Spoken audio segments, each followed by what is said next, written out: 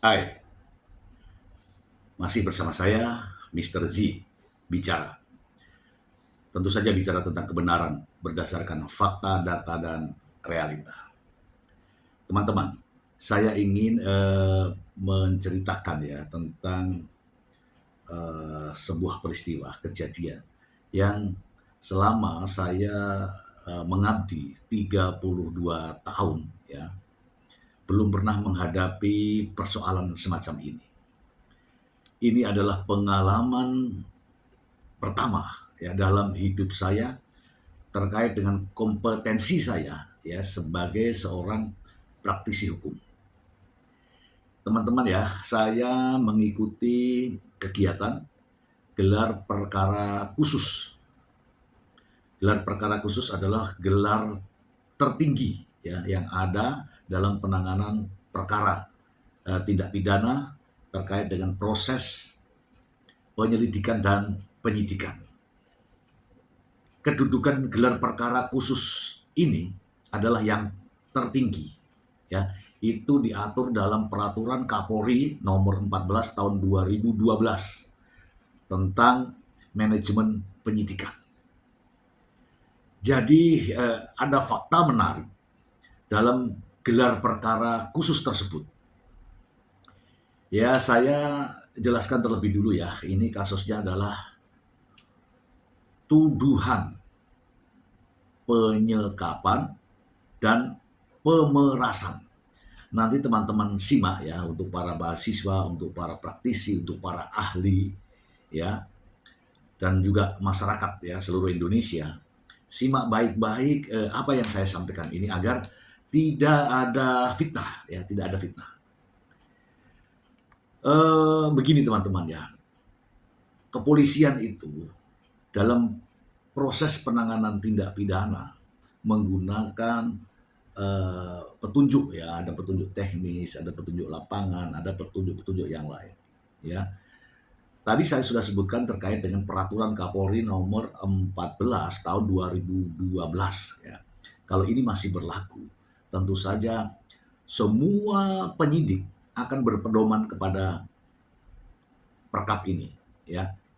Saya beri clue terlebih dahulu bahwa dalam proses penanganan perkara, penyidik itu mengklasifikasi perkara, yaitu ada perkara mudah, perkara sedang, perkara sulit, dan perkara sangat sulit. Bagaimana arti dari perkara mudah? Perkara mudah itu, teman-teman, pelapornya ada, korbannya ada, barang buktinya ada, pelakunya ada. Gitu ya. Artinya semua sudah ada, jadi tinggal mudah untuk melakukan proses penyelidikan dan penyidikan. Dan waktunya relatif sangat singkat yang diberikan dalam peraturan Kapolri ini. Ya, antara 1 bulan sampai 2 bulan. Kemudian perkara sedang. Perkara sedang itu ada mungkin hal-hal lain yang harus dicari. Misalnya barang buktinya dibuang di sungai misalnya ya. Nah, harus dicari terlebih dahulu. Kalau ditemukan ya bisa jadikan barang bukti. Kalau tidak ditemukan ya bisa ada penggantinya, yaitu berita acara pencarian barang bukti. Itu contoh dari perkara sedang. Kalau perkara sedang ini waktunya ya mungkin ya lebih lama daripada perkara mudah. Bisa saja sampai 90 hari. Kemudian ada perkara sulit. Perkara sulit yang dimaksud di sini adalah salah satu komponen terkait dengan proses perkara pidana ada yang harus dicari berbulan-bulan, bahkan mungkin sampai bertahun-tahun. Itu sulit. Bagaimana dengan waktu yang diberikan? Bisa saja sampai 4 bulan atau 120 hari kerja. Itu ada klasifikasinya. Kemudian bagaimana perkara yang sangat sulit? Nah ini perkara yang sangat sulit. Tentu saja semua proses sudah dilalui tapi masih ngeblank.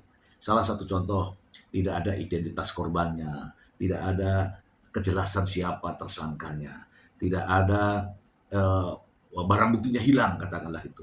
Pokoknya sulit deh. Nah, ini bisa sangat lama untuk proses penanganan kasusnya. Dan kalau proses penanganan perkara sulit dan sangat sulit, ini pastilah ditangani oleh kesatuan-kesatuan yang lebih tinggi, ya. Contohnya Polda dan Mabes Polri. Itu ya, itu yang tertuang di dalam Peraturan Kapolri nomor 14 tahun 2012. Baik, kita masuk pada peristiwa yang saya alami, yang ini adalah pertama kali saya melihat secara langsung ada kejadian semacam ini. Kalau saya secara pribadi, dengan adanya kasus semacam ini, saya anggap itu bukan kasus, itu bukan tindak pidana, itu saya anggap tidak ada dan tidak perlu saya tangani. Begini teman-teman, kisahnya adalah kita melihat dari prosesnya. Teman-teman catat ya, kejadian yang sebenarnya sesuai dengan laporan itu terjadi pada sekira 2022 April, ya, April 2022. Oke, itu kejadiannya. Kemudian setelah ini sebenarnya nggak ada masalah. Tiba-tiba ada seorang penasihat hukum, saya katakan, atau ya yang mempengaruhi hal ini, ya, membuat surat pengaduan, dan surat pengaduannya, teman-teman, saya sambil membaca ini ya. Tadi kan April ya, April 2022. Sampailah ke Oktober 2023 barulah ada surat pengaduan yang mengadukan adanya peristiwa yang lebih 1 tahun baru diadukan, yaitu penyekapan dan pemerasan. Penyekapan dan pemerasan. Kemudian, inilah prosesnya. Jadi ada keanehan-keanehan. Ya, ini tidak normal menurut saya. Kemudian dilakukanlah penyelidikan. Memanggil dalam bentuk undangan untuk klarifikasi. Oke. Kemudian saya nggak sebut tanggalnya ya, pada bulan Maret 2024, nah dari sini ya, mulai tahun 2022, kemudian diadukan tahun 2023, kemudian tahun 2024, tepatnya pada bulan Maret,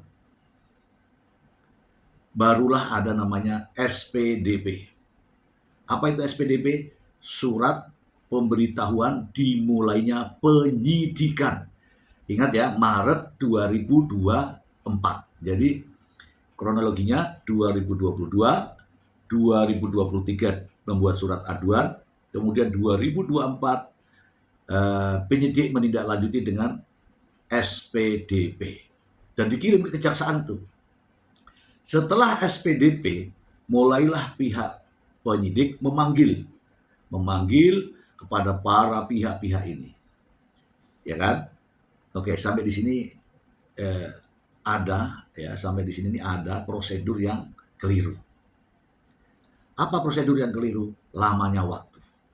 Kalau dilihat dari kriteria kasusnya, ini kasus sedang, kasus mudah, kasus sulit, atau sangat sulit.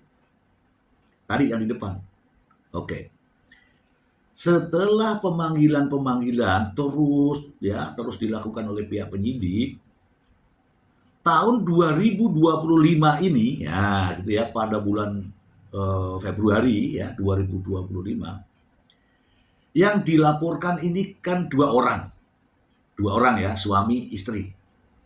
Kemudian pihak penyidik menetapkan tersangka justru kepada perempuan, istrinya. Ditetapkanlah sebagai tersangka. Dengan ditetapkan sebagai tersangka, maka kagetlah ya, orang ditetapkan sebagai tersangka, orang tidak ngapa-ngapain. Dan penetapan tersangka ini sesuai dengan pasal yang saya sebutkan di atas, yaitu tentang penyekapan dan pemerasan. Oke. Dari kasus ini kemudian muncullah gelar perkara khusus ya, yang kemarin saya mengikuti secara langsung. Walaupun saya tidak melakukan reaksi-reaksi, saya menggunakan ilmu mendengarkan, yaitu kalau dalam bahasa psikologi namanya listening skill, kecerdasan dalam mendengarkan. Nah, hasil mendengarkan inilah yang saya ceritakan ya. Ini adalah sesuatu pengalaman yang sangat berharga buat diri saya dan karir saya. Karena selama 32 tahun saya berkarir, saya mengabdi, baru kali ini saya menemukan kejadian semacam ini. Oke, saya lanjutkan lagi. Dalam gelar perkara khusus tersebut sudah disampaikan di awal ya, bahwa ini adalah gelar tertinggi dalam penanganan perkara tindak pidana. Ini orang-orang yang hadir di tempat gelar adalah mereka-mereka yang memiliki kompetensi, yang memiliki kualitas dalam proses penyelidikan dan penyidikan. Orang-orang yang memiliki pengalaman yang luar biasa. Sehingga saya mendengarkan itu sangat berharga, karena semua yang ada di situ memberikan ilmu ya secara tidak langsung kepada saya. Setelah dibuka oleh pimpinan gelar, teman-teman ya, saya tidak menyebutkan siapa nama dan sebagainya ya. Mohon maaf, saya tidak menyebutkan itu karena etika saya ya. Setelah gelar perkara khusus ini dibuka oleh pimpinan gelar, selanjutnya pimpinan gelar ya menyampaikan bahwa gelar perkara ini adalah kedudukannya adalah yang tertinggi. Apapun keputusan gelar ini, itulah yang berlaku dalam proses penyelidikan dan penyidikan tindak pidana. Kesempatan pertama diberikan kepada penyidik untuk memaparkan uraian kronologis kejadiannya. Kemudian diceritakanlah dasarnya ya, mulai tadi saya ceritakan ada proses pengaduan, kemudian 1 tahun kemudian ditindaklanjuti, kemudian 1 tahun kemudian ditetapkan sebagai tersangka dan seterusnya. Itu rangkaiannya tadi waktunya ya. Nah, dalam paparan tersebut saya melihat keanehan ya, mulai dari penetapan tersangka, naik lagi kepada pasal yang dipersangkakan, kemudian bukti-bukti yang dihadirkan. Kita bahas mulai dari pasal ya, pasal. Pasal ini sangat berat teman-teman, yaitu pasal 333 KUHP tentang merampas kemerdekaan orang lain. Kalau saya melihat dari pasal ini, ancaman hukumannya tidak main-main ya. Ini 9 tahun. Bahkan ini kalau terbukti, ini bisa dilakukan penahanan. Tapi karena ini justru menimbulkan pertanyaan, maka tidak ada penahanan, tetapi menimbulkan tekanan secara psikologis bagi orang yang ditetapkan sebagai tersangka. Pasal 333 KUHP tentang merampas kemerdekaan haruslah dibuktikan terlebih dahulu. Kemerdekaan yang mana yang dirampas? Bagaimana dengan kebebasan? Di mana disekap? Bagaimana diperlakukan? Kemudian oleh siapa? Dan seterusnya. Ada yang harus dipenuhi dalam pasal melakukan penyekapan. Ini yang merampas kemerdekaan itu penyekapan ya, bahasa sederhananya. Harus dipenuhi. Di mana disekap, kemudian bagaimana cara menyekapnya, oleh siapa. Intinya kemerdekaannya dirampas. Atau dalam istilah hukumnya, hak asasi manusianya ya dilanggar. Saya melihat itu semua tidak ada. Saya berpikir bahwa penyekapan sebagaimana yang dijadikan persangkaan oleh penyidik itu mengada-ngada. Mengada-ngada. Saya kaget. Bagaimana bisa penyidik menerapkan pasal itu sementara unsur-unsur pidananya tidak satu pun terpenuhi. Tidak satu pun terpenuhi. Sekali lagi, tidak satu pun terpenuhi. Yang berikutnya terkait dengan pasal pemerasan. Ini justru kalau saya melihatnya, ini adalah alternatif. Jadi penyidik itu tahu bahwa pasal 333 tadi tidak akan bisa dibuktikan. Makanya dibuatlah pasal alternatifnya, yaitu pasal 368, yaitu pemerasan dengan ancaman kekerasan. Ya maksudnya mungkin ya supaya bisa dilakukan penahanan. Kemudian saya membaca dan mendalami pasal itu ya, pasal 368. Dari pasal itu teman-teman, saya tidak menemukan satupun unsur dari perbuatan yang dilakukan oleh tersangka. Ya, pasal 333 tadi tidak ada. Kemudian ada alternatif bagi penyidik untuk menerapkan pasal 368. Saya bacakan ya pasal 368. Barang siapa dengan maksud untuk menguntungkan diri sendiri atau orang lain secara melawan hukum memaksa seorang dengan kekerasan atau ancaman kekerasan untuk memberikan barang sesuatu atau seluruhnya atau sebagian adalah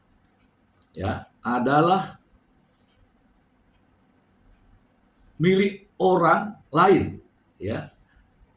Kemudian dengan membuat hutang, menghapuskan piutang, ya, dianggap karena pemerasan dengan pidana penjara 9 tahun.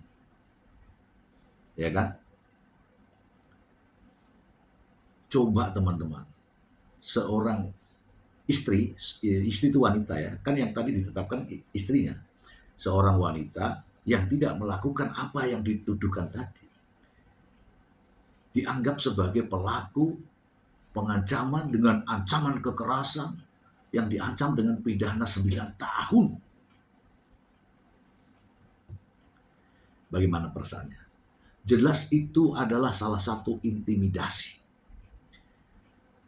Di sini unsur-unsurnya adalah memaksa. Memaksa ya. Kemudian ada orang yang dipaksa. Kemudian upaya dengan ancaman atau ancaman kekerasan. Sementara tidak ada itu. Tidak ada terkait dengan hal itu dengan memaksa. Ya kan? Tidak ada dengan ancaman kekerasan, tidak ada. Tetapi pasal itu diterapkan oleh penyidik sehingga menetapkanlah si ibu ini sebagai tersangka. Saya tidak bisa berbicara banyak di sini karena saya ketika ikut gelar itu sedih. Tega bener ini penerapan pasal, ya, tega bener. Oke, kemudian saya melihat dari barang bukti. Lu kasusnya itu kan merampas kemerdekaan, kemudian pemerasan. Bukti-buktinya mengerikan, sangat tidak relevan. Buktinya apa? SK-SK. Surat keputusan. Lu ancaman kekerasan kok. Suratnya kok, barang buktinya kok SK. Surat. Betul-betul teman-teman. Betul-betul. Ini menurut saya ya mungkin perlu dilakukan pembinaan. Sangat tidak profesional. Oke ya, yang berikutnya setelah dipaparkan oleh pihak penyidik, pimpinan gelar menyampaikan terima kasih ya sudah dipaparkan. Namun saya lihat pimpinan gelar geleng-geleng. Oke. Kesempatan berikutnya diberikan kepada pihak pelapor. Nah, ini pihak pelapor ini. Seperti yang saya uraikan tadi bahwa adanya kejadian, kemudian adanya pengaduan, 1 tahun loh ini, adanya kejadian, kemudian adanya pengaduan, kemudian adanya SPDP, muncul laporan polisi, kemudian tahun berikutnya dijadikanlah tersangka. Wah, ini kasusnya ngeri, tetapi prosesnya multi years, melewati tahun-tahun. Mungkin teman-teman bisa berpikir, ada apa ini? Inikah yang namanya profesional?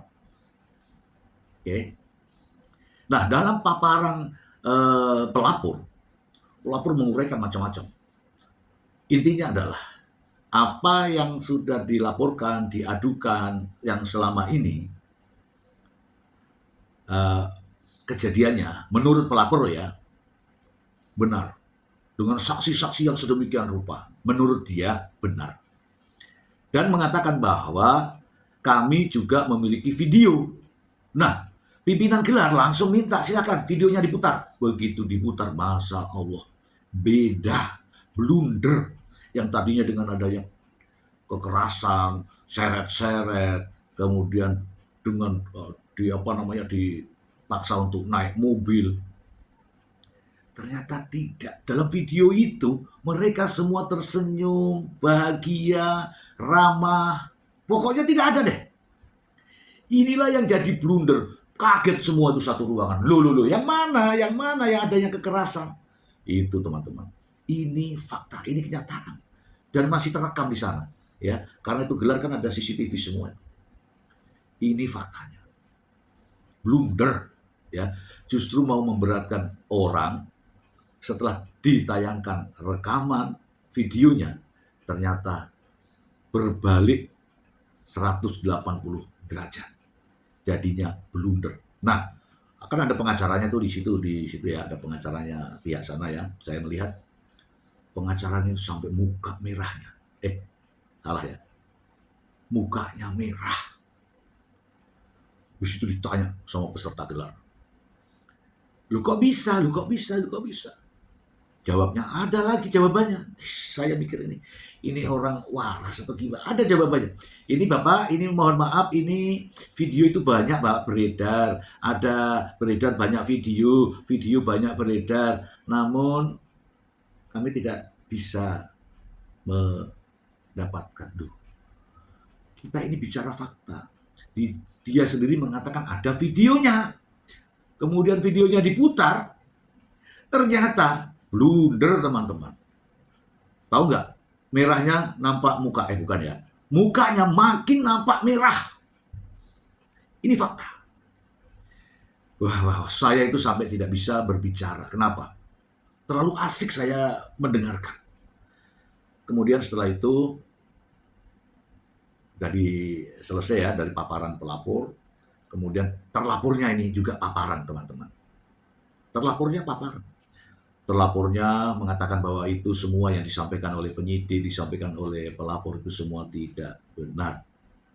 Tidak ada namanya penculikan, penyekapan, tidak ada yang namanya merampas kemerdekaan.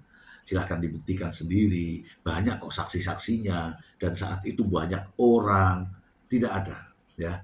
Yang ada hanyalah rundingan, kemudian kesepakatan. Tidak ada ancaman kekerasan. Kesepakatan itu setelah dibicarakan, kemudian disepakati. Setelah disepakati, maka tercapailah kesepakatan. Tidak ada ancaman kekerasan, tidak ada penculikan, tidak ada penyekapan. Itu disampaikan tuh sama si terlapor, si ibu tadi sampaikan. Tidak ada. Mohon ini. Lupa, saya itu tidak melakukan apa-apa. Kok pasal yang dituduhkan kok ngeri banget. Begitu teman-teman ceritanya. Ya lanjut prosesnya, kemudianlah terus-terusan ditanya ini si ibu. Itu bagaimana ceritanya? Dijawab semua. Jadi intinya dari perjalanan ini tidak ada terjadi yang namanya penyekapan dan pemerasan sebagaimana dituduhkan atau disangkakan oleh penyidik sesuai dengan pasal 333 KUHP ayat 1 dan 368 ayat 1 KUHP. Itu tidak ada. Semuanya tidak ada. Tapi anehnya, penyidik sudah menetapkan seseorang sebagai tersangka. Kemudian setelah paparan terlapor, maka tibalah peserta gelar ya untuk pendalaman ya. Untuk pendalaman. Pendalaman maksudnya ini ya menanyakan bagaimana kok pelapornya begini, bagaimana penyidik, bagaimana terlapor. Begitu di dalam.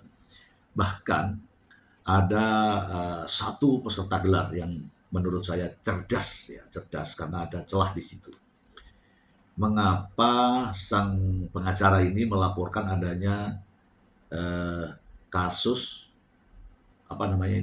penyekapan dan pemerasan sementara itu terjadi tahun 2022. Kenapa lapornya di tahun 2023? Kemudian penyidik menindaklanjuti di tahun 2024. Kemudian di tahun 2025 ditetapkanlah sebagai tersangka. Itulah intinya pertanyaan-pertanyaan itu. Bingung jawabnya teman-teman, bingung jawabnya. Kemudian terkait dengan pasal 333 tentang penyekapan. Ini orang yang melapor itu ada di situ, ditanya, bagaimana cara nyekapnya, apa upaya Anda, adakah usaha-usaha untuk minta tolong, ada orang banyak enggak? Itu pertanyaan-pertanyaan. Jadi karena ini tidak terjadi, maka pelapornya bingung menjawabnya. Bingung menjawabnya. Menjawabnya itu, aku terancam, aku terancam, aku terancam. Nah, ditanya lagi, terancam oleh siapa? Oleh tersangka katanya. Terus caranya ngancam bagaimana? Pokoknya aku terancam, pokoknya aku terancam. Wah, pokoknya. Dah peserta gelar cuma senyum-senyum semua. Karena apa? Keterangan-keterangan pelapor itu disetting, diajari, didoktrin, sehingga jawabannya itu nggak sesuai dengan fakta, teman-teman. Bagaimana bisa dia katanya berteriak-teriak, teriak-teriak minta tolong, sementara ada orang banyak di situ nggak ada yang mendengar. Kira-kira menurut Anda gimana? Ya itulah faktanya. Kemudian ada ya satu peserta gelar yang juga mengupas tentang pasal-pasal ini. Masya Allah teman-teman. Jadi unsur-unsur tadi itu tidak ada semua. Ini saya uraikan lagi ya. Merampas kemerdekaan, intimidasi, pengancaman dan sebagainya. Kemudian ada memaksa orang dengan kekerasan, ancaman kekerasan. Tidak ada semua. Kalau ancaman kekerasan kan harus dibuktikan dengan bagaimana secara faktual ya. Mungkin bawalah senjata tajam atau mungkinlah bawa pistol, mungkinlah bawa parang dan sebagainya lah pokoknya macam. Wong ini tuh tidak ada. Yang namanya tidak ada ya tidak ada. Kalau tidak ada diada-adakan namanya rekayasa. Dan ini faktanya. Sidang terus menurut saya mohon maaf ya, saya kedinginan ya di ruang sidang, tapi telinga saya tetap fokus mendengarkan. Jadi kesimpulannya adalah perbuatan-perbuatan yang dituduhkan, yang dipersangkakan sebagaimana pasal 333 ayat 1 KUHP dan juga 368 ayat 1 KUHP, yaitu pengancaman dan pemerasan, itu sebenarnya tidak ada. Dan sepenuhnya saya berpendapat itu adalah rekayasa. Yang saya prihatin, mengapa penyidik ini menerapkan pasal-pasal itu tanpa ada unsur pidana yang relevan. Tidak ada. Kalau surat pernyataan yang dipermasalahkan, surat kesepakatan tadi yang tadinya terus rundingan, kemudian sepakat, kemudian membuat surat pernyataan. Kalau surat pernyataan yang dipermasalahkan itu namanya perdata. Tapi mengapa justru ditangani oleh penyidik dan ditetapkan sebagai tersangka, sementara fakta kejadiannya tidak sesuai dengan apa yang dihasilkan oleh penyidik? semua rekayasa, semua ini adalah adanya seseorang yang ya tanda kutip sebagai orang yang menginginkan seolah-olah perkara ini ada. Itulah yang dinamakan rekayasa atau dalam bahasa kerennya kriminalisasi. Semoga bermanfaat. Terima kasih.